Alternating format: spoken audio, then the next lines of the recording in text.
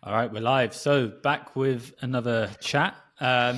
Today I'm joined by Adam Robinson, CEO and founder of retention.com, which I believe you bootstrapped to around the 20 million ARR mark.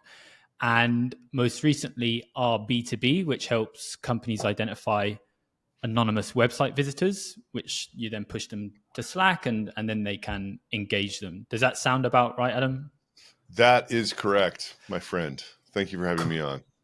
No, the pleasure's mine. So I wanted to kind of get straight to it because you posted about a topic recently that is something I find myself thinking a lot about, which is like the future of B2B SaaS. So there's a lot of change that's happened over the last few years in the SaaS industry, and something you said recently was that B2B is sort of heading in this direction of B2C. I know you have a background in e-commerce. I'd like you to just share a bit more about that. Like, what do you mean by that, and what are some of the trends you're seeing? Yeah, so like I think that's an easy thing to say, and I think you'd get a bunch of nods when you say it. But like when you say that, I think people are kind of like envisioning this world where in more style over substance, like that's the changes that will evolve. Like the websites will look different, and like the collateral, Mm. the ebooks people download are going to be different or whatever. But like I think so first of all, I'm not actually an e-commerce entrepreneur. We have retention.com sells to e-commerce stores, and it's very specific. It's like the top of the Shopify ecosystem, which these guys are incredible. They have to most of them are bootstrapped.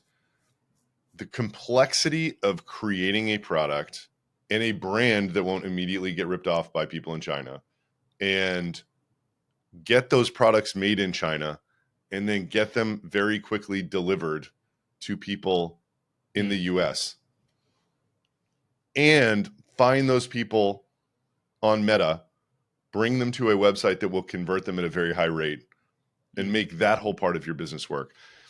I just think it's like, I don't know, maybe it's because I have a great CTO. Maybe it's because I just think it's harder than what I do, and I always thought that. Like I looked at what they were doing. I was just like, man, it's like almost what I do, but also all of this other in real life stuff, in the physical world, like actually moving physical atoms around. So, I think that one part of it where it's like build a brand good enough to where China doesn't immediately copy it with some, five consonant, brand and just start shipping it out for 90% less cost than you from the same factory that you're using, right? Like, that's this really interesting aspect that I think leads to a bunch of other kind of like go to market behaviors from them.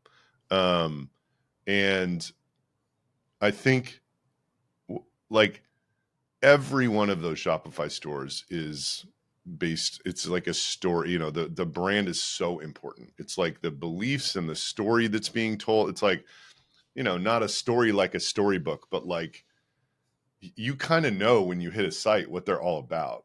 They're very good, like a picture's worth 1,000 words, right? Like they're very good at like you kind of know if you hit the site of someone who cares about the planet that they care about the planet, for example, right? Yeah. So there's that part of it that I think as everything else gets harder, it will become so like one thing that I said in that post is like the second anyone builds anything that works in SaaS, we're in a capitalist world. There are 1,000 people who are like trying to build the exact same thing and then figure it out if they can how to market it to even just their customer base for less, right? Like, so that's what China's doing with these factories. So like, what is the way around that, right? It's like it's brand, it's trust, it's like this this this thing you can't touch and feel that like pulls people into this world where they don't really care if someone hits them up over email and says they can get more for less, right? It's like, well, that's not really why I'm here. I'm here for like other reasons. So I think there's like a lot of these Shopify guys are really good at community.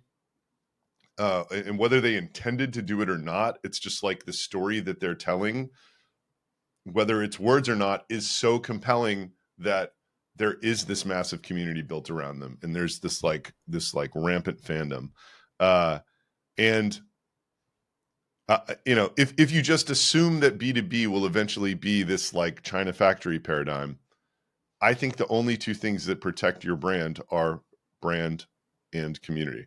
That it's the only two things you can't replicate, in my opinion. If you can, I don't know how you would, right? It's like a strong brand and a strong community is like built on such incredible, like people are drawn to it because of its authenticity. And that's just hard. It's you can't, I'm not sure that you can copy that, No. like truly sort of, it's because it's a thriving organism too, that like is adapting over time or whatever. So yeah, that's like one of the biggest things. And there's certainly brands who have always done that, and it just kind of looks different than it did over there. But like part of why I think it's like inching more towards B2C is like, I don't know. I read Salesforce's earnings, and it seems like prices are going lower. It seems like we're, it just seems like they're, the 10 years of just being like, yep, 25% higher in every, on every contract or whatever. It seems like those days are numbered. And then people who have simpler point solutions that can provide most of the value in PLG or whatever, they're not like causing the problem, but like that will sort of contribute to this pricing pressure. And if you have a go-to-market motion like that, then the thing that works in a world where people spend all of their free time on social media is a motion that looks a lot like the B2C motion, in my opinion. It's like I just have this view that organic social media content is so much more valuable than good organic social media content. Like it's so much more valuable than a paid ad. Like it's just it's just night and day. Like if I think about my LinkedIn feed, and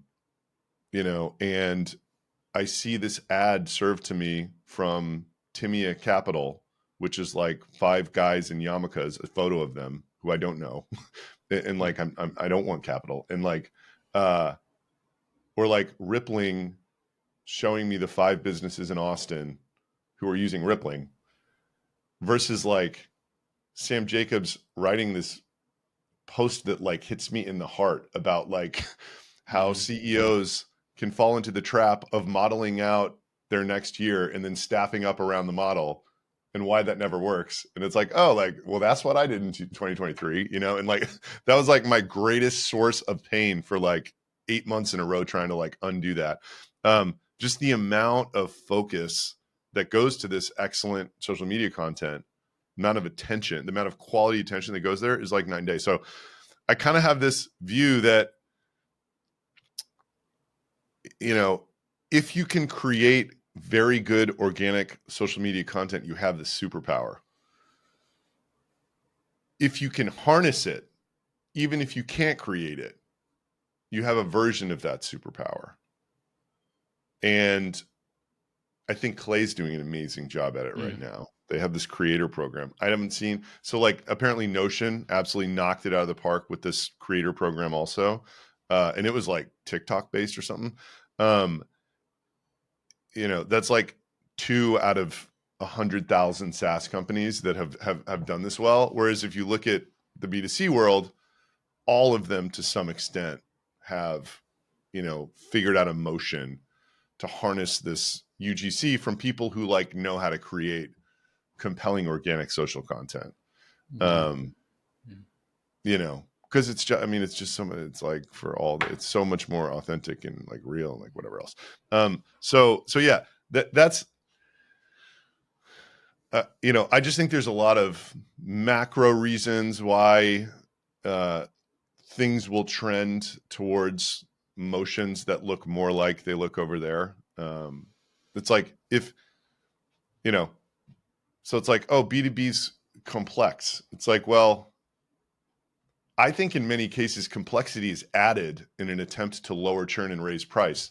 And like, at the end of the day, you raise price, so you can plow it back into more sales and marketing, right? So it's like, why are prices high in the first place? You know, like is a better alternative. So like, I just love picking on 6 cents. It's like, I think almost all of the value of that product is in the website visit.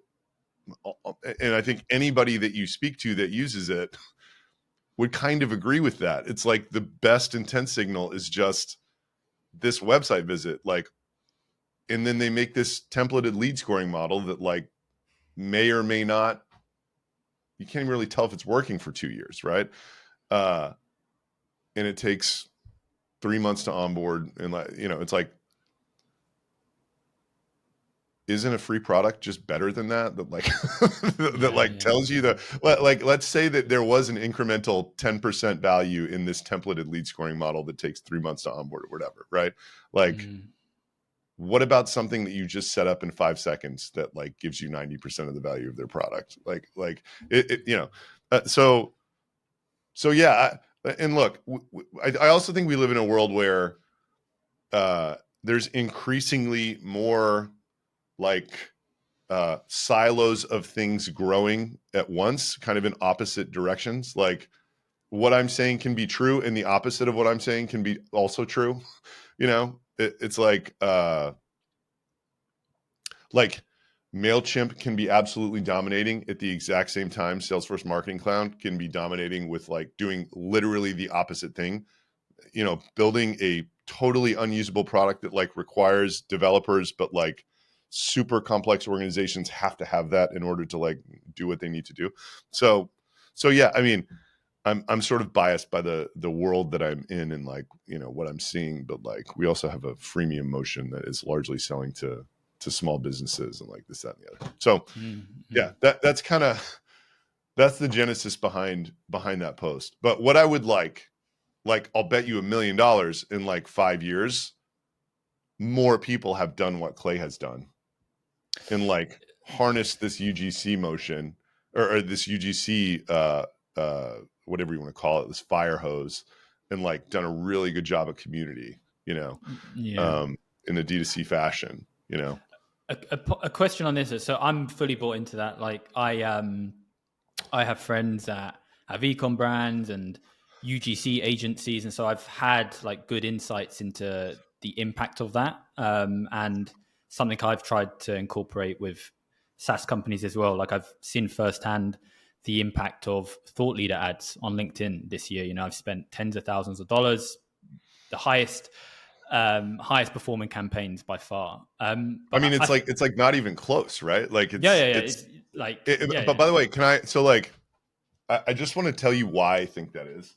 So just before we move on, not to cut you off. So like one of my LinkedIn community members sent me this Gary Vaynerchuk book, Day Trading Attention.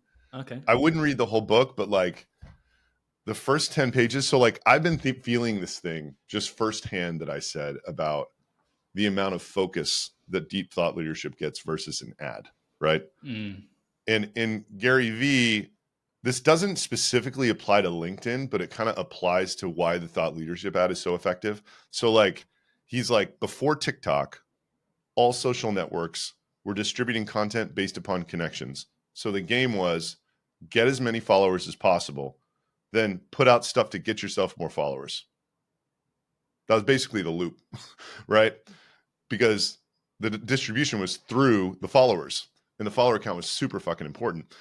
TikTok hit. It was an interest-based algorithm. All of a sudden, you could have 0 followers, and you could get in front of 15 million eyeballs. And with some exceptions, the best content was winning. So at the same time, there was like a saturation of people's time across social networks, and they had to enter a war of attention with each other. What wins a war of attention? Clearly interest-based. I mean, it's just obvious that like all of the algorithms would shift towards interest-based content. And that's what Reels and Shorts and like all that stuff is about, right? It's like you know, and then that really changes a few dynamics. The first is the people who can create truly great organic social media content on those platforms effectively have unlimited distribution power, which is unbelievable because you don't have to be a big brand to do that. Unlimited distribution power used to be going to NBC and saying, I have $10 million to run commercials. And there was not really incentive alignment between the person creating the ad, making good content for NBC's audience, and NBC showing that ad, because NBC just wanted the dough and they didn't really give a shit if like the car company sold cars or not, right? I mean, there's a long term they did, but now there's this perfect incentive alignment between the content creator and the platform. They both want great content to be created, right?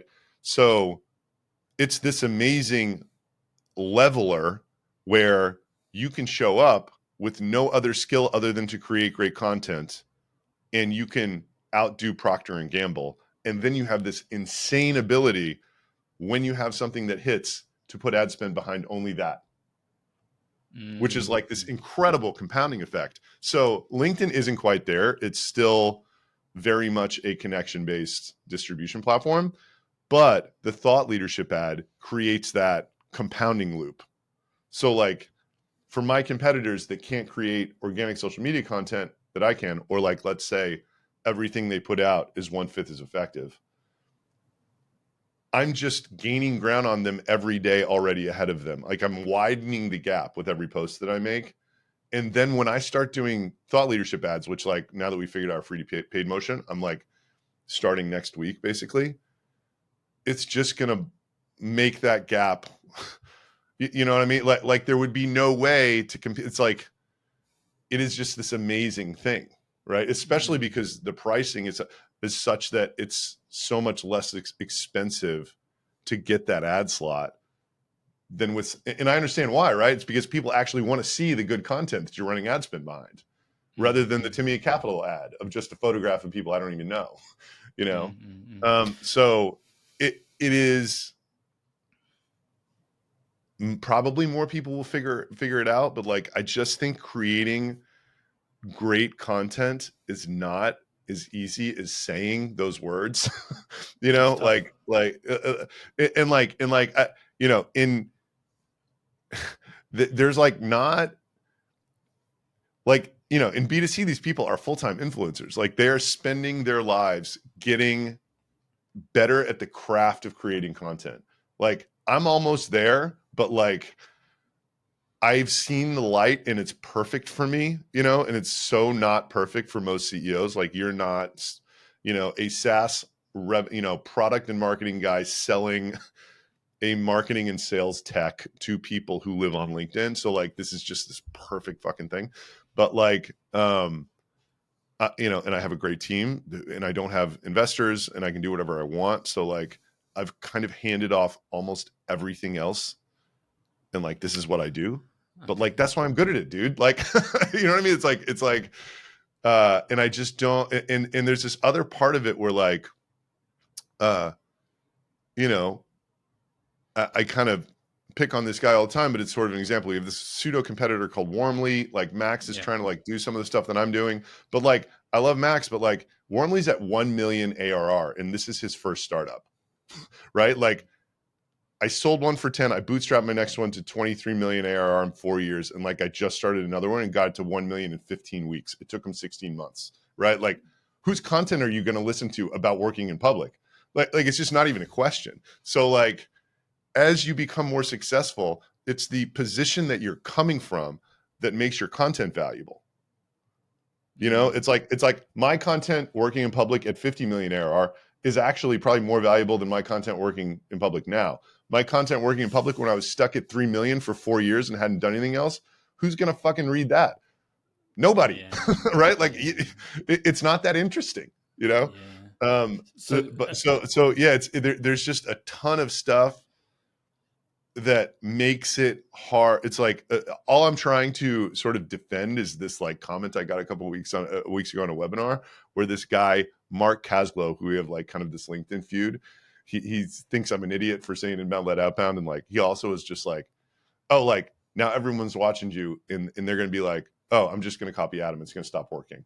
It's like, I just don't know if many people are in the position to even do that. It's not like you could wake up in the morning as a CEO. It's not like you can wake in the morning as anyone and all of a sudden be someone who's bootstrapped 22 million ARR in 4 years and is 15 weeks in to launching a startup that is at 1 million ARR, and you're telling people everything. The combination of all of that is incredibly hard to replicate. So it's almost like if people wake up and try to do what I'm doing, meaning they copy my hooks, they copy my templates, they copy my takeaways, it just adds to the noise and makes my stuff even better, I think. Yeah. No, You I know? agree. I agree. It's you can't just wake up one day and become like a good copywriter. Like you have to actually have some source, some unique insights to share with the market. So because I see content is one part of the picture, right? Like I think I did a breakdown of Clay's success. I'm in their creator program actually, and it's been interesting to see. But I feel like part of Clay's success has been the fact has been a function of their product, like the Yes. characteristics of their product. For example, the shareability. For example, if I'm an agency, sharing content about Clay actually increases my authority and attracts more clients. And so there's these like Yes. built-in mechanisms. And so how are you thinking about things outside of content, like pricing, how the product has to be, like bigger picture stuff? Because somebody might be great at getting attention, but what else what other levers do they need to pull to actually build like a business, like $1 million business? Yeah. So like, I just think every situation is so different and every market is so different. Like, for example, like this pricing that we have, which is free. And then, it's for, so like, it doesn't look like it, but like our product is free for 90% of people that sign up. It's just most people don't have traffic, so they can't get 200 leads a month. If you can't get 200 leads a month from us, then you don't pay.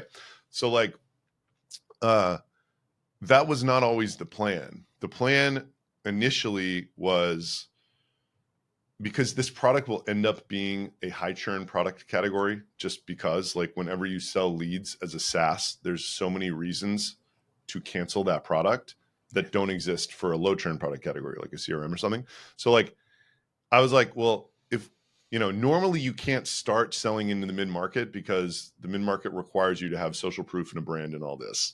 But like I was like, man, like this audience building has become so strong that like we'll be able to start there.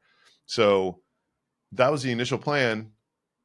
And like now it looks literally nothing like that. It's like we were gonna like try 30 to 50K ACV, like, kind of, some inbound on LinkedIn, but like it would have been very high friction. Just it would have taken a long time to close the deals. We would have been able to close a lot of them. Our revenue would probably be much higher with like way fewer customers. And way less, what do you call it, like goodwill in the market, I think is a good way to describe it. Like just enthusiasm about what we're doing, right? It would have been almost zero, right? Because like we only would have had a few hundred customers, nobody would know, you know what I mean? But like but then the content was working so well that at one point it was like and I was also in the MailChimp space and I watched that, and I'm still so in awe of that execution. The fact that like this company, Constant Contact, who pioneered the space, went public at 100 million ARR in 2009. MailChimp was at 2 million ARR. And without any funding, they had this free product that no one took seriously, literally for like 5 years. It was like, that's a joke. It's a piece of shit. You need customer support for email. Like anything you could say about it. And then without taking a dollar, what happened? They sold for 12 billion into it. So I just think like, why, right? Like their product had viral loops built into it, which ours does not. But like also there's this unbelievable in unquantifiable almost power. It's like kind of a network effect. If you have 60 or 70% of the market in users, and everyone is using your product and most people are quite happy with it, it is something that you can't replicate any other way. If like, you know what I mean? You like go to an event and like 2 out of 3 people are either using your free product or paying you. Like it's like Klaviyo enjoys this power in the Shopify space. Mm. And like I'm not kidding you. If a brand hits an AE at Klaviyo, it's an 80% close rate. And their metrics are insane. It's like, and like, there's people in that ecosystem who are smart entrepreneurs who are like, you know, tens of millions of revenue that think that email marketing is not a competitive space because Klaviyo is so dominant and they think that Klaviyo is their only option. But like, email marketing is the most competitive space besides CRM.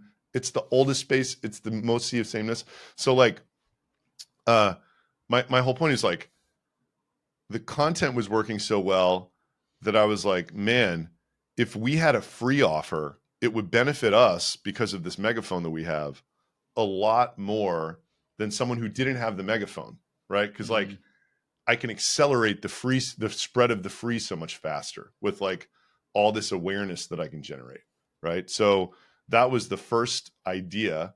And then the second idea was just like, okay, how do we just get everyone using this? And in 3 or 4 years, try to decide whether there's cohorts that are getting a lot more value than other cohorts, you know? So the idea was just take pricing off the table completely. And the published pricing we have basically applies to anybody under like several hundred million of revenue. And it's like monthly, basically under $1,000.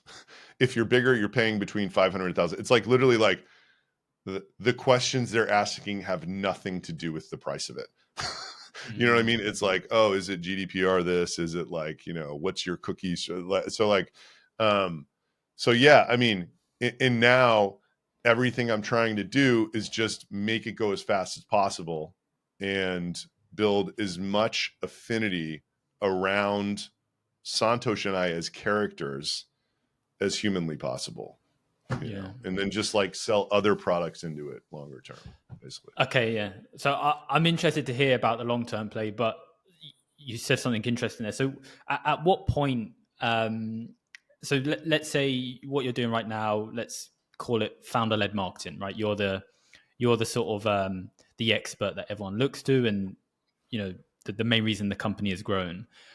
At what stage does it make sense to try diversify away from that, from the growth being so reliant on a founder or a co-founder, or just, you know, the growth being reliant on the founder being seen on the internet? You know, at what stage, if ever, do you try to diversify away from that? Yeah, it's a really good question. So like, I think I'd go back to a thing that I said earlier, which is like, there's a reason this is working so unbelievably well.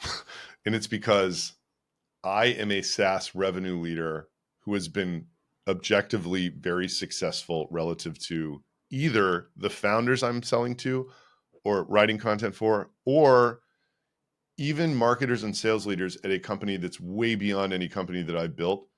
They'd kind of rather be a bootstrapped SaaS founder who's making millions of dollars every year, right? So like, then this is kind of taking Russell Brunson's vocabulary, but he's like, the perfect position you can be in to do this, the absolute perfect position, is when you're like the future version of your prospects, right? Yeah. Because then you can teach and they'll listen. And once they've listened, they will literally do anything that you're doing and anything that you say. So here's my question that I don't know the answer to. I mean, it works unbelievably well in SaaS, but like this technology has application beyond SaaS. What does, so it's like the answer to the question might be, once we've sort of saturated this SaaS universe, what I'm doing is not going to work in real estate. Like, they don't give a shit about who I am. I mean, you know, I talk all the time about how when I was trying to do what I'm doing now for ecom, and I wasn't trying quite as hard, but I was putting a lot of time and energy into it, it just wasn't landing in the same way, because I'm not the future version. Like, I'm the future version of some of them. Some of them want to have a SaaS, but like the future version of them is the guy at Hexclad who's got like a 375 million top line, 40 million bottom line, you know, bootstrapped founder-led business, right? Like, that's who they're listening to. You know, like, I don't have any perspective on how to get into retail stores, or like, you know, what like product mix should be, or like whatever. Like, the stuff that really matters to them, I have no idea. I know more than anyone about like email deliverability. Doesn't matter until it's a problem. You know, like how to expand cart abandonment audiences. It's like, that's cool, but once I've done it, I don't care anymore. You know, so that was like the struggle there. So it may sort of naturally happen that we have, you know, and it just all depends on how you want to run your business, right? Like, you know, I think that, like, I just love efficiency. It's just so amazing. And like, I think that like, I'm not there yet, but like, if I were making what were like insane amounts of cash, just sort of this thing spitting it out, I like don't know if I would need to like continue to like grow exponentially at much less efficient, you know, in much less efficient ways. So like, on one hand, if, you know, if I can like stack all these businesses on top of each other and get it like somewhere between 50 and 100 million ARR, and it is like super profitable, I may not even be faced with this problem of like, oh, we have to grow, so how do I go sell this to real estate people? Which will inevitably be much more expensive, because I'm all of a sudden in a competition with everyone else trying to sell them stuff, right? Whereas like right now, I mean, I'm not really competing with anyone, because I feel like people are finding out about us through just following my journey in learning. So it's like, what's the competition for that? I mean, it's kind of like people selling selling info products at the end of these funnels. So like the content loses some integrity value or something like that. So really long-winded answer to, I don't know, but there's some precedent with ClickFunnels, I think, like in Russell Brunson, like he's not CEO of that company anymore. Like, he hasn't been for several years. He still makes content. I'm sure that the content that he makes still funnels people in to ClickFunnels, even though it has nothing to do with ClickFunnels. But it's just like, his face is so synonymous with that company that, you know, there's a link. So yeah. And then I think eventually it's like, there's this other thing with like a freemium offer, right? It's like, it's me spreading it right now in Santosh or whatever, but like, you know, if we have like 2 or 3 million users, then the relative importance of my content to spread that versus just how powerful, you know, word of mouth gets when it's that many people using it. If like one out of however many like talk to one out of however many, I don't know. Yeah, that was a ramble. I really don't have a great answer to that. But I think it's a different game than if like the founder is selling and closing deals. You know, for a lot of reasons. Like, a founder selling and closing deals is not scalable. I truly believe this content thing is. You know, it's like, I'm set up really inefficiently now, because like I tried to like make a bunch of very high quality video and it just hadn't been working. So I like hired these 2 people that are effectively like a film studio in-house, but like Chris Walker does what I'm doing for like a fraction of the price. I mean, you know, whatever. And I'm probably getting good enough to where I could do it that way, but like, I'm just more ambitious than he is in terms of the content that I'm putting out. But like, I'm not going to be spending more on this when the pipeline we're generating is 4x. Whereas that doesn't really work for founder-led sales. It's like, you can kind of only do as many demos as you can do and still keep your company moving. You know? Yeah. Okay. So But yeah, but like for just to elaborate on that a little more, it's like, for me to add a YouTube channel onto this, which like I'm kind of trying to, it's not like that should, widen the tip top of the funnel a lot if done properly, and not proportionally to the incremental hours that I'm spending creating content, if that makes sense. Yeah, it does. Yeah, yeah. So I know it's hard to speak in like a general sense, but so also your situation is very unique. You have like an insane story, and like you said, that I think Russell calls it like the future-based cause or something. Mm-hmm. And you're really leaning into that. So do you think in general, let's say you're building a SaaS company, you're breaking into like the MarTech, sales tech category, which is probably one of the most competitive ones. Do you think if you can afford to do so, do you think going down that sort of free route, or just like basically undercutting existing solutions, maybe do 80% of what they do, but just do it for far cheaper? Do you think that is sort of one of the go-to strategies, or do you just think that this is just really unique for your circumstance? So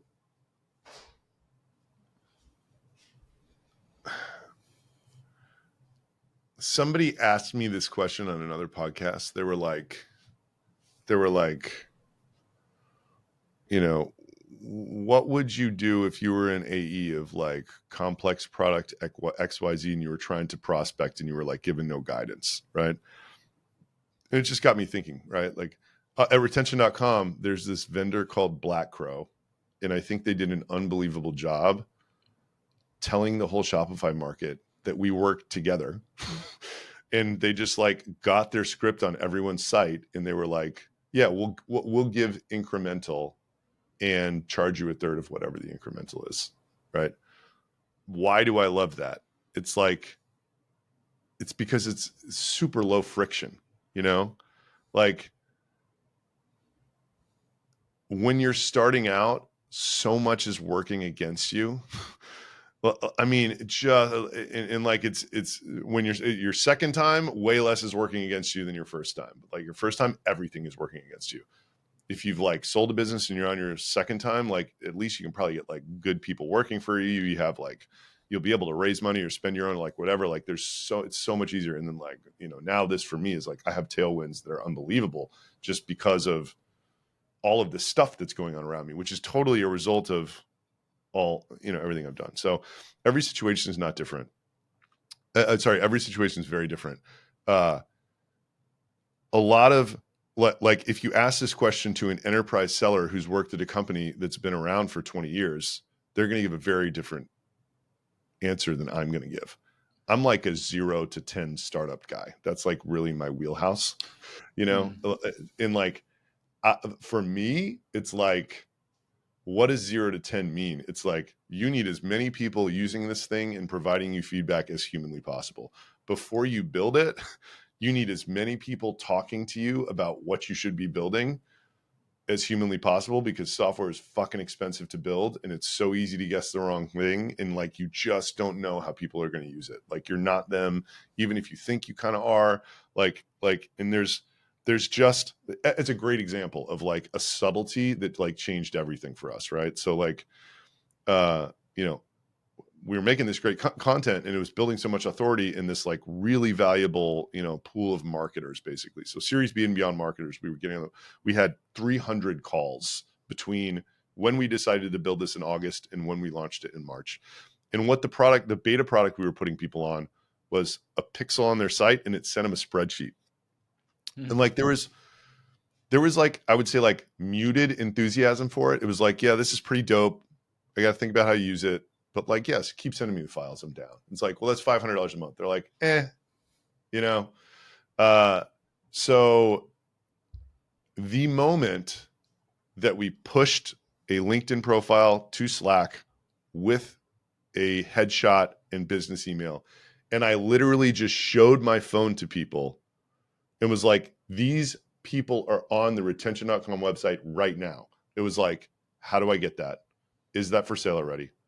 What is that? I've never seen anything like that.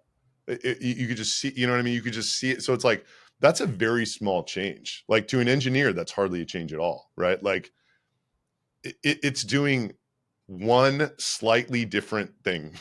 Instead of routing it to a CSV, you're routing it through an integration into Slack. But it literally completely changed the perception of this product, right? So you asked a question about like, look, I don't know how, like I would give it away for free. I mean, I did, right? Like I would like give it away for free. It's like the first question is like, if a product is free, do people continue using it? And then the next question is like, okay, what can you charge these people, right? So like, you know, the answer for number one for us was, it was emphatically yes. It's like for sure. And then since we were giving the Slack integration away for free, because my, you know, genius idea originally was like, in order to make this a low churn product, I'm going to give the leads away for free and then charge like 2% of people $495 a month for a sophisticated HubSpot integration and Salesforce integration. Turns out you can parse the Slack block with Zapier, so you can do whatever you want with the fucking leads. And then Salesforce owns Slack, I think, right? Isn't that right? Yeah. Yeah. If you have Salesforce, if you have Slack integrated with Salesforce, there's literally a button without us doing anything that says push this to Salesforce. So that just didn't work at all. And then I made a bunch of posts. You know, eventually we just went to this thing where we're kind of charging for leads, and it's going to be high churn, but it just is what it is. And even it, so like, there was even a great example of like for me, it's like in the beginning, cheaper, better, right? Like, because if it's not cheaper, then all of a sudden you have to contemplate whether it's worth it or not, right? But like, if it is better and it is cheaper, or if it is better and it is free, like there's an irrational attraction to free. It's like, you know, if we charged $1 instead of it being free, we would have 95% less signups. So fucking weird, right? Like just give, you know what I mean? It's like putting your credit card information in is not 90. It's just a weird thing, right? So like, yeah, that's just, again, like you have so much going against you when you're starting out. It's like, figure that premium pricing shit out later. Like you really haven't earned the right for premium pricing until you've dominated a market. That's what premium pricing means. Like you are dominant, so you can extract uneconomic rents from the market. Like Salesforce charges us more than Pipedrive. It's because like, if I want to hire good salespeople, they know how to use Salesforce already. So it's like, that's just like a tax for Salesforce, that Salesforce charges the ecosystem for winning the market, right? My argument is that if you're just launching a product, like you haven't earned that right yet. So you just need, you need to eliminate friction. Like you're trying to get market share and get intelligence about what would make your product better. And like, none of that, like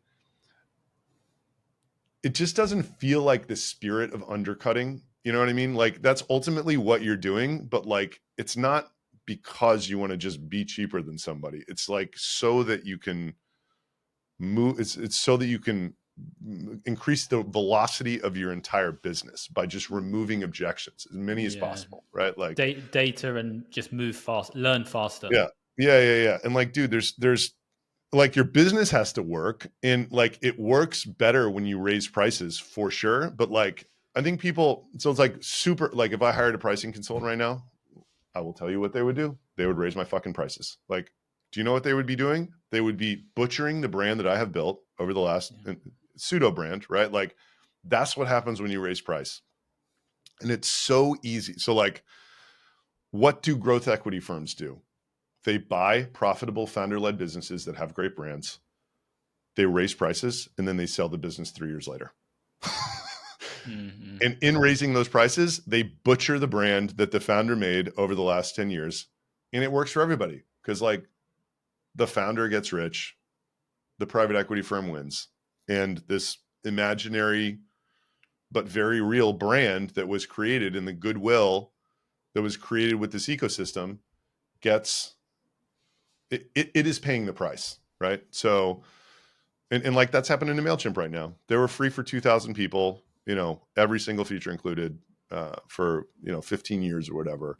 They had unbelievable goodwill, and Intuit is a public company. They have to make more money. Like what they did when they bought that for 12 billion is they knew that when they shrunk the free plan to 500 and took all the features away, it was going to make them a ton more money, right? Like, and they're cashing in on it, and they put salespeople in place, whatever. So, I think that's really important to keep in mind. It's like,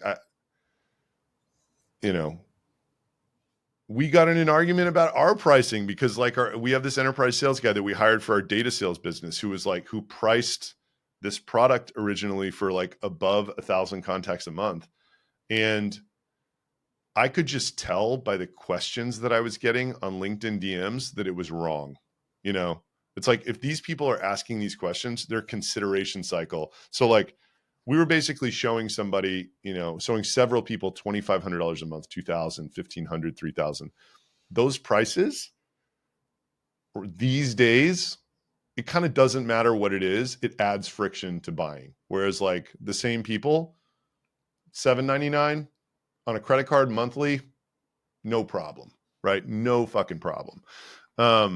So yeah, we went with his prices on day one. Literally 24 hours later, I'm like, no, like, like we're gonna make this like under $1,000 from everybody. Like, I'm just not.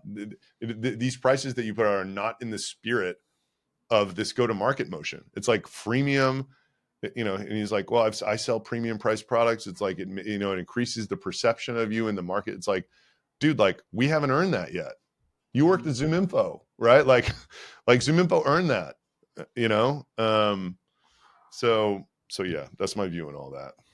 No, really helpful. Cool. Well, we're at time. I want to respect your time. So it's been a really insightful chat. Good to chat with you, Adam. Cheers.